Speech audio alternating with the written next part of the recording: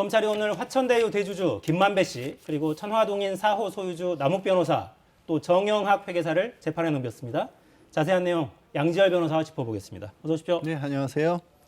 자, 그러니까 유동규 전 기획본부장은 이미 지난번에 기소가 됐고 네, 그렇습니다. 두 번째 기소인 거죠. 네. 사건 얼개를 좀 정리를 해보죠. 검찰이 파악한. 일단 남욱 그리고 김만배, 정유학 이 세 사람이 유동규 본부장과 함께 이 성남에서 이 배당도 개발을 하면서 기획구역 자체에서 나올 수 있는 이익을 많이 축소를 시킵니다. 뭐 평당 1,500만 원 가량을 이익을 볼 수 있는 걸 1,400만 원으로 축소를 시켰고 또 그리고 논란이 됐던 것처럼 당시 이제 확정 이익을 하는 과정에서도 이 김만배라든가 남욱 같은 사람들이 이 정민영 변호사를 통해서 그러니까 유동규 구속 기소가 된 기획본부장과 함께 그 지침을 만드는데 화천대유 쪽이 좀 유리하게 만들도록 했다라는 것이고요.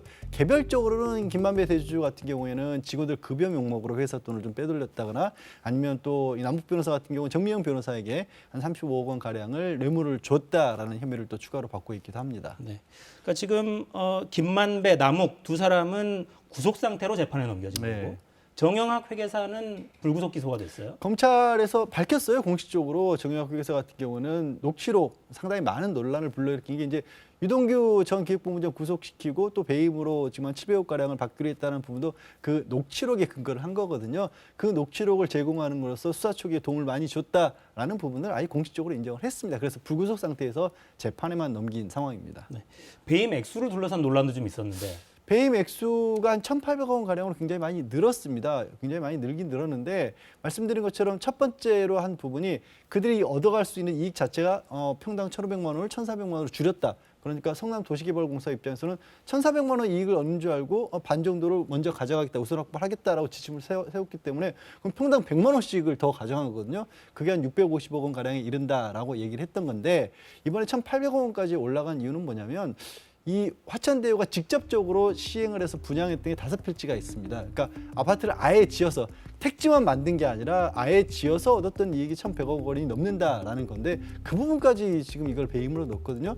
이 부분은 사실 고개가 처음 제가 보여주고 이제 어떻게 입증할 것이니까 고개가 좀 갸웃거려지긴 하는 게 애초에 그렇게 할 수 있었던 게 근거 법령이 있기 때문입니다. 그러니까 택지 개발을 하는 업체 쪽에서 직접 분양까지 할 수 있도록 근거 법령이 만들어졌기 때문에 한 거지 이 사람들이 직접 그걸 집어넣은 건 아니거든요. 하여튼 검찰에서는 그 부분도 문제가 있다라고 기소는 했습니다. 결국 관심사는 배임의 윗선 네. 이재명 후보를 겨눌 수 있을 것이냐 사실 이 부분이잖아요. 그렇죠. 보십니까? 그런데 지금 검찰이 기소를 한 내용으로 들어봤을 때는 그렇게 이제 이재명 후보까지 연결하기가 좀 어려워 보이긴 합니다. 말씀드린 것처럼 이익을 많이 가져가는 쪽에서 애초부터 그들의 이익을 챙겼던 것이지 그게 뭐 이재명 후보라든가 아니면 성남도시개발공사에서 내부에서 누군가와 이익을 나눠 가졌다 이런 건 안 보이거든요. 유동규 기획본부장에게는 이제 700원 가량을 뇌물로 공유하려고 했다라는 게 여러 가지 편의 그러니까 화천대유 쪽에서 이 공사를 가져간다라거나 아니면 뭐 공모 지침 과정에서 선정되는 과정에 있어서 확정 이익을 조금 더 많이 이 공사가 아니라 이 화천대유 쪽이 가져가는 데 도움을 받으려고 했다. 이런 부분이 있긴 한데 그래서 유동규 본부장이 누군가와 같이 했다거나 뭐 윗선에 보고를 해서 그런 일을 결정했다든가 하는 게 적어도 이 재판에 넘겨진 내용은 안 들어있거든요. 그래서 검찰의 수사 내용만 놓고 본다라면 이제 이재명 후보와 연결 부분을 찾기가 어려운데 그래서 이제 정치권에서는 굉장히 논란이 더 뜨거워지지 않을까 싶습니다. 그러니까 수사가 이재명 후보까지 향해 가려면 결국엔 그게 있어야 되는군요. 네, 보고했거나 예. 지시를 받았거나. 예. 근데 이제 그 재판에 넘겨진 내용에도 잠깐 언급을 드린 것처럼 확정 이익을 절반을 가져가기로 한 부분조차도 문제가 있다라고 재판에 넘기긴 했는데 그런데 이 부분은 사실 이제 이재명 당시의 성남시장이 애초에 그렇게 하지 않을 경우에 그러니까 나중에 이익이 난 뒤에 비율로 따져서 이렇게 뭐 성남시에서 환수라는 그런 조항을 둬서 시행을 한번 해봤더니 개발업체 측에서 이 이익 자체를 축소를 하더라는 거죠. 그걸 겪고 나니까 아 그럴 게 아니라 애초에 예상 이익에서 절반을 떼가는 방법을 쓰자라고 했다라고 사업 시행 초기부터 그렇게 강조를 했었고 사실 이제 이재명 당시 성남시장 지금 이제 더불어민주당 후보로서는 이게 공적이라고 그렇게 강조를 하고 공개적으로 얘기를 했던 부분이거든요. 그래서 이거를 어떻게 보면 이재명 후보가 직접적으로 그러니까 배임과 관련해서 연결시키기는 어렵지 않습니까? 그래서 말씀드린 것처럼 유동규 전 기획본부장이 뭔가 예를 들어 뇌물 700억 원을 받기로 했는데 그것도 자기 선에서만 받는 게 아니라 뭐 다른 누군가와 뭐 같이 뭐 상납을 하기로 했다든가 이런 얘기가 나오지 않는 한 더 추가적인 윗선까지 올라가기는 어렵지 않을까 싶습니다. 현재 수사에서 검찰이 확인해 놓은 얼개로는 네. 이재명 후보까지 연결하기는 쉽지 않아 보인다. 수사의 흐름 중에 또 다른 방향으로는 이것도 있잖아요. 정관계 로비 의혹 50억 클럽. 예. 이 부분은 어떻습니까? 사실 이게 일반적으로 대규모 어떻게 보면 뭐 비리가 폭로가 됐었을 때는 돈의 흐름이 어디가 있는지를 먼저 보는 게 일반적인 경우의 수사였거든요. 그렇게 놓고 본다라면 제일 먼저 이제 대장동 관련해서 논란을 불러일으켰던 게 화천대유에서 곽상도 전 의원에게 아들의 급여 명목으로 50억 원을 줬다라는 부분이 가장 먼저 나왔고, 그게 이제 사실 수사가 처음 먼저 시작되는 게 일반적인 수사였다라면, 이 경우에는 워낙 이제 국민적 관심사가 대장동 자체 개발 문제와 관련돼 있었기 때문에 검찰에서도 그 부분을 먼저 들여다봤다라고 그렇게 봐야겠죠.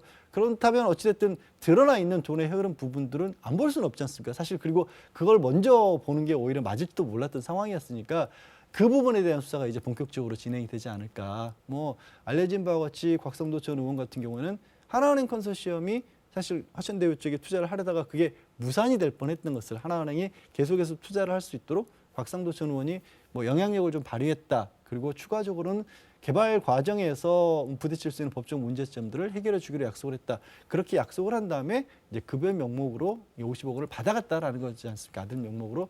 그 외에 지금 구속 기소가 된 이제 남욱이라든가 지금 뭐 김만배 대주주 같은 경우에도 6명, 7명 정도 50억 원을 제공하기로 했었다. 그중에 2명 정도까지는 뭐 돈이 건너간 걸로 안다라는 식의 얘기까지 나왔기 때문에 최소한 그런 부분에 대한 어떻게 보면 수사는 이어져야겠죠. 그리고 그 부분도 아마 검찰에서는 뭐 자금 흐름 같은 건 추적을 해왔기 때문에 지금 공개되어 있지는 않지만 어느 정도 윤곽을 잡고 있지 않을까 싶습니다. 네. 자금의 흐름, 돈이 정말 흘러갔는지 이 부분을 확인한 다음에 아마도 곽상도 전 의원, 박영수 전 특검 소환도 가능해 보이는군요. 여권에서는 왜 이야기 계속하잖아요. 사실 대장동 문제가 생긴 이 배경에는 부산저축은행 사건 수사를 제대로 하지 않았기 때문이다. 네. 주임 검사가 하필 윤석열 당시에 중수과장이었다는 거죠. 그래서 이 부분도 조사를 해야 한다 이렇게 주장하는데. 어떤 주장이냐면 이 대장동 개발이 민간 개발업자들에게 왜 공공 개발을 하지 않고 민간 개발로 개발을 했냐, 민간 합동을 했냐라는 식의 정치권에서 공방도 있습니다만 애초에 이 남욱이라든가 이런 사람들이 대장동에 개입을 했던 게 2009년경입니다. 그때 당시에는 물론 사업 주체가 달랐고 남욱 변호사라든가 김만배 전 기자가 이제 도와주는 형태로 나중에 개입을 했습니다만 2009년도부터 대장동의 핵심적인 땅들을 사놓기 시작했거든요. 그 샀을 때 돈이 한 1,800원 가량이 들었고 그 돈을 부산저축은행에서 1,100원 가량 부산저축은행 직접적으로 대출 받았다는 거 아니겠습니까? 그러면 생각해보면 부산저축은행은 당시 이제 부실대출로 굉장히 사회적 논란을 크게 일으킨 2011년에 사건이 터졌고 그때 그러면 이 대장동에 흘러간 1,100억 원 또 관계사까지 합하면 1,800억 원이니까 이거를 제대로 수사를 했더라면 지금 같은 논란 자체가 아예 없을 수도 있지 않느냐라는 그런 얘기를 한 거고 또 뭐 1,100억 원이 부실 수사로 이게 대출처했었고 그 대출을 중개해 준 사람은 이후에 이 알선 수재 명목으로 실형까지 받았거든요. 왜 2011년도에는 그거를 안 들어봤느냐라는 게 이제 여권에서 주장하고 있는 부분이고 그거를 이제 만약에 특검으로 간다면 사실 오늘 수사 결과만 놓고 본다면 이재명 후보는 입건도 안 됐지 않습니까? 그런데도 불구하고 이제 대장동 관련해서 수사를 해야 된다라고 정식적으로 공개를 하고 있으니까 그거를 이제 야권에서는 공개하는데 그걸 특검을 받을 거면 여권에서는 그러면 윤석열 후보가 당시에 대장동 관련해서 부실 대출을 막지 못한 부분도 같이 수사를 하자라는 얘기가 나온 거죠. 10년 전 사건인데 네. 공소시효나 이런 문제는 없습니까? 그 2011년도에 수사가 중단이 됐다라고 하고 그리고 뭐 지금 당시에 뭐 그 이후에 어떻게 보면은 말씀드린 것처럼 그 당사자가 또 수사를 안 받고 있다가 그리고 이제 실제로 이제 구속 수감돼서 실형까지 받았다고 하지 않습니까? 그런 부분까지 감안을 한다면 2021년이니까 공소시효가 아슬아슬한 여지가 있는 그런 상황이겠죠. 정치권에서는 계속 특검 이야기 나오잖아요. 네. 특검을 상설 특검으로 할 거냐, 별도 특검 법안을 처리할 거냐 여러 논란들이 있는데 네. 이 부분은 어떻게 좀 정리가 될까요? 사실 저는 이제 물론 이제 국민들 많은 분들은 특검을 해서 빨리 이거를 밝히는 게 맞다라고 생각을 하시지만 이미 지적하신 것처럼 우려가 시작이 됐습니다. 이걸 상설특검법에 의해서 할 것이냐, 별도의 특검법을 만들 것이냐, 포함을 시킬 거는 그러면 어느 사건까지 포함을 시킬 거냐, 말씀드린 부산저축은행까지 포함을 시킬 거냐, 아니면 대장동만 따로 볼 거냐, 그리고 윤석열 후보에게 이미 제기가 된 뭐 고발사주를 비롯한 입건의 수사가 되고 있는 부분까지 또 특검으로 다시 넘길 거냐, 수사 기간은 어떻게 할 것이냐, 벌써 정치권에서 말들이 오가고 있거든요. 그래서 대선을 앞두고 있기 때문에 이게 빠른 해결을 위해서 특검을 바랬던 국민들의 이 어떤 기대와는 다른 방향으로 흘러갈 가능성이 저는 훨씬 높다라고 봅니다. 근데 일단은 대장동 의혹의 핵심 인물들이 다 기소가 됐기 때문에 네. 수사 결과가 대략 1차 결과는 나온 거나 마찬가지란 말이죠. 나온 것이죠, 네, 사실. 그러니까 이제는 정치권에서 좀 더 특검과 관련한 논의가 더 구체적으로 진행이 되지 않겠어요?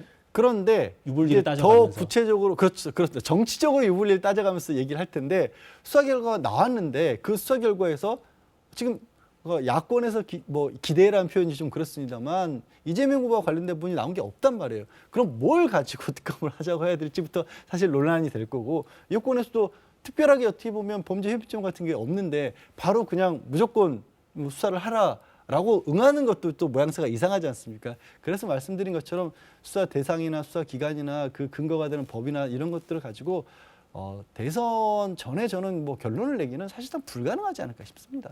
저희 특검 법안 쟁점 정리해 놓은 그래픽을 다시 한번 좀 볼까요? 이 보면 이 계산이 여야가 무슨 생각을 하는지가 대략 분명히 보입니다. 그러니까 수사 범위에 대한 생각도 다르고요. 네. 정반대예요.